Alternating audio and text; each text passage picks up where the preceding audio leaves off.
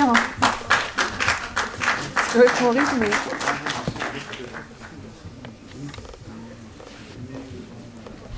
Poter fare sempre la continuazione e non chiarire come si fa nel cinema. Che questo è...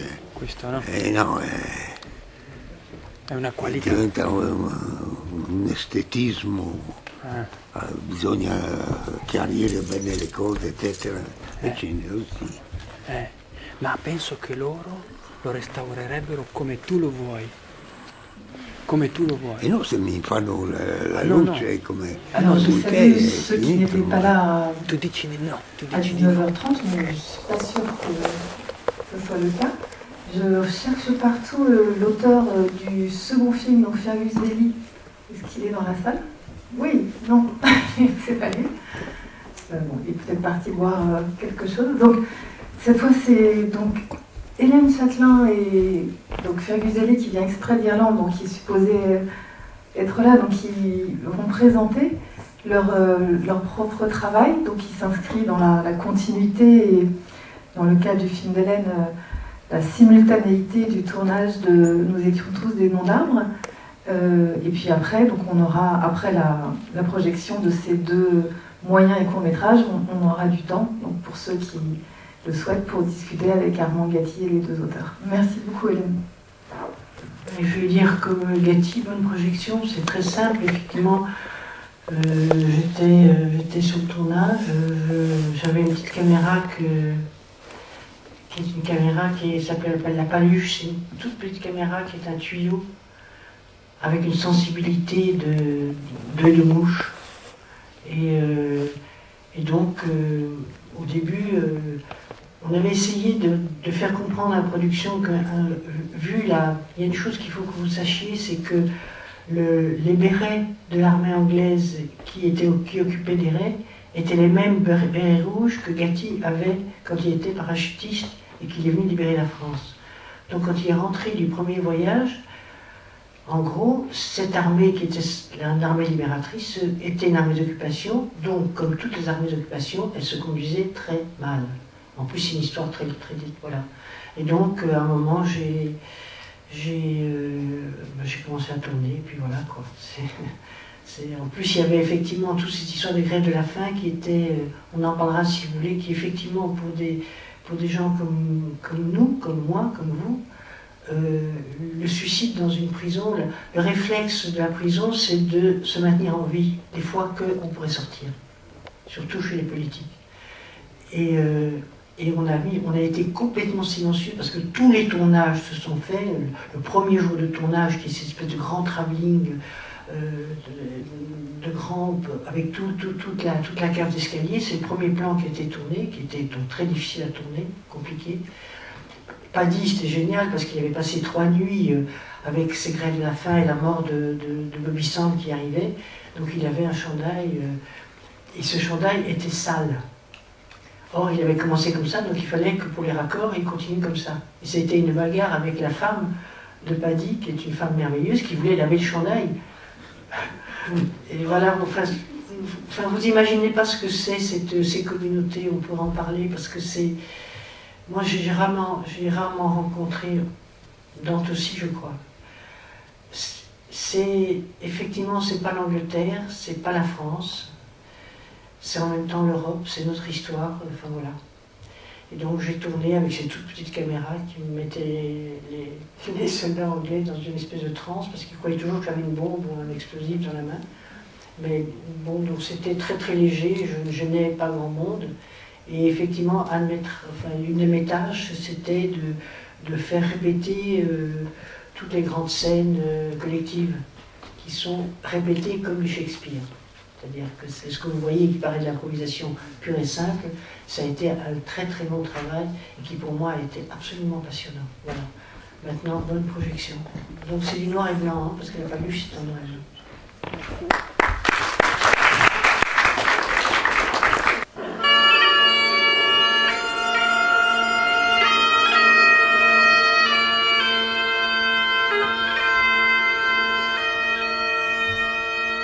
Irlande, terre promise. Une ville, une écriture, un film. Avignon, 1982. Armand Gatti présente dans le cadre du festival son film « Nous étions tous des noms d'arbres » ainsi qu'une pièce au cloître des Carmes, Le Labyrinthe, traitant des grèves de la faim des prisonniers républicains de Longkesh qui eurent lieu en Irlande du Nord au cours de l'année 1981, pendant très précisément les mois qui furent pour Gatti ceux du tournage. Ou plutôt, il vient en Avignon, cadre d'un festival abondamment couvert par les médias, tenter de dégager un espace non tant à des mots qu'à une parole, et aux hommes et aux femmes qui quotidiennement chez eux en témoignent. Évidemment, vous étiez, vous, avec une caméra, avec des comédiens, mais au moment même, dans la rue où vous filmiez, il y avait aussi des manifestations, des actes de violence. Comment avez-vous pu réaliser ce tournage? C'est-à-dire que d'abord, je n'avais pas de caméra, et puis je n'avais pas de comédien non plus. Dire que la caméra, c'était une équipe technique il y avait une équipe technique qui était là pour filmer, bon, et que ensuite c'était un pacte qui était passé avec mes amis, parce qu'il y a une communauté adhérée de gens de bonne volonté, des gens de bonne volonté qui essaient d'aller contre, disons, un peu le côté, le fatalisme de l'histoire. Moi, personnellement, je n'ai jamais vu d'actes de violence adhérés, je n'ai vu que des actes d'amour, et le jour et la nuit, tout le temps. Qui a permis l'exploitation et qui permet encore aux portes de l'Europe d'avoir le dernier pays colonisé, qui est un pays blanc et qui s'appelle l'Ulster. Mais à partir du moment où je suis là, enfin, c'est-à-dire que je sois en train de dire ça sur cette table, ou que je le dise au milieu du Rhône, ou que je le dise... le principal, c'est que je le dise, enfin, ou que j'ai l'impression de lever, enfin, le poids d'opacité qui pesait sur tel ou tel événement, ou telle chose, enfin, telle lutte dans laquelle sont engagés des hommes qui me sont proches.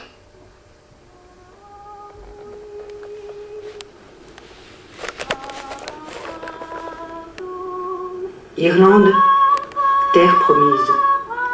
Ainsi Gatti avait-il nommé cette terre, depuis des siècles obstinément écrasée, privée d'identité comme il fut privé d'arbres et qui depuis des siècles s'obstine à exister. Terre promise, c'est-à-dire connue et reconnue, car les signes s'y sont pour lui croisés et recroisés comme jamais.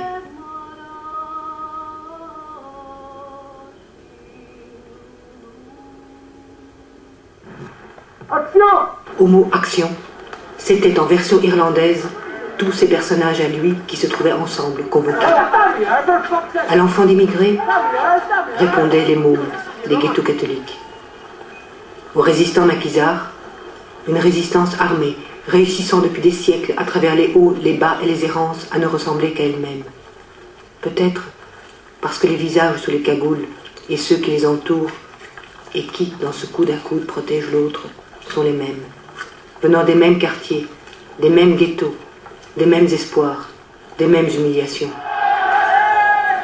Aux parachutistes de 20 ans, combattant en première ligne contre le nazisme sous l'uniforme des SAS, des visages de 20 ans, combattant sous le même uniforme, à la différence essentielle qu'à 40 ans de distance, les fusils s'étaient retournés. À l'évadé du camp, les évadés de Longkesh. Son évasion à lui avait été prise de parole, leur évasion à eux, mise au tombeau.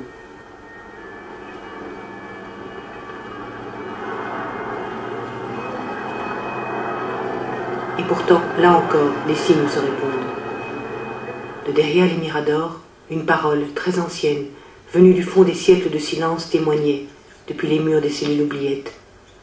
Ta, mais, je suis, en gaélique. Faisant ainsi d'une langue vouée par l'histoire à l'oubli et à la charrue, le premier territoire libre de l'Ulster. C'est un sujet qui évidemment entre un peu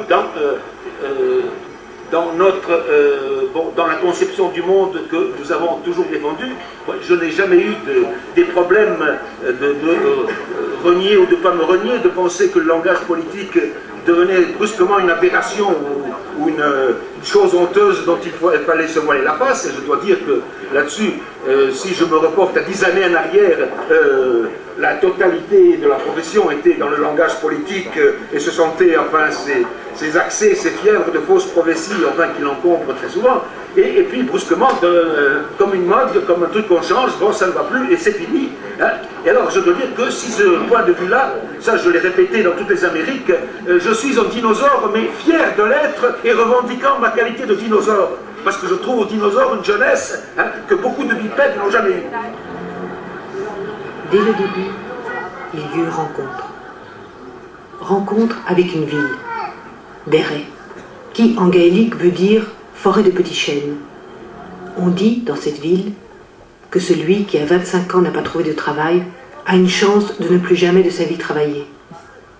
Drôle de chance pour une ville, drôle de chance pour ceux qui y habitent.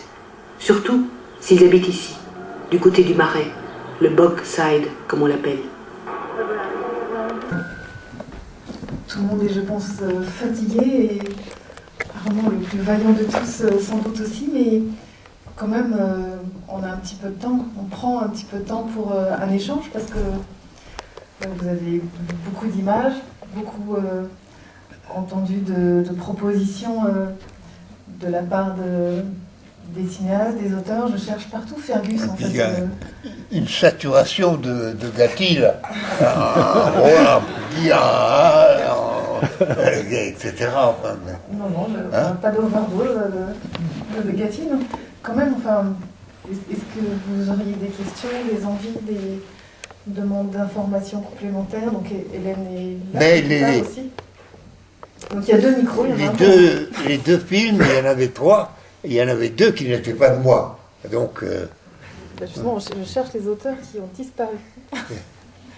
Bon, mais voilà, Armand est là, donc. Est-ce que. Ah, si, s'il y a des là, questions à poser. Hein? Est-ce que vous avez des questions? Ben, c'est moi qui prends même le micro. J'ai 87 ans. Hein. Tu sais très bien que tu es plus jeune que moi, alors ne dis rien. Non, Armand, je voulais poser une question. Moi-même, ancien maquisard, quelle différence tu fais avec l'époque du maquis que nous avons connu? Et puis, l'Irlande me passionne tout autant que toi pour d'autres raisons aussi. Mais c'est davantage une guerre. Est-ce que c'est une guerre civile ou c'est une guerre de religion en même temps? Et il y a un 3e personnage, si je puis dire, sont les Anglais, les oppresseurs. Oui. Et contre les oppresseurs, les protestants et les catholiques n'arrivent pas à s'entendre contre l'oppresseur, enfin d'une manière constante, quoi, si je comprends bien. Mais l'oppresseur, il est anglais. Oui, bien sûr. Mais nous avons, pas l'anglais, nous avons l'allemand.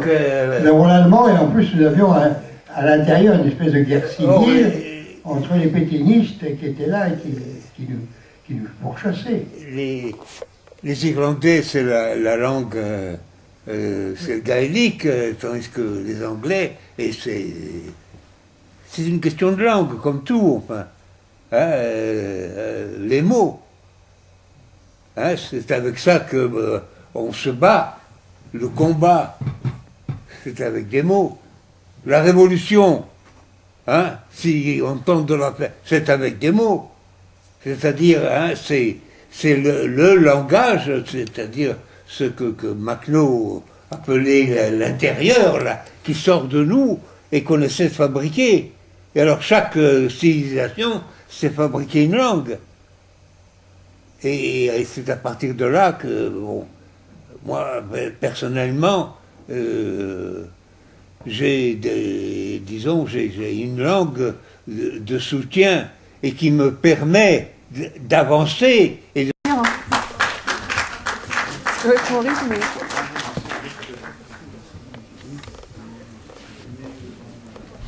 poter fare sempre la continuazione e non chiarire come si fa nel cinema. Che questo è...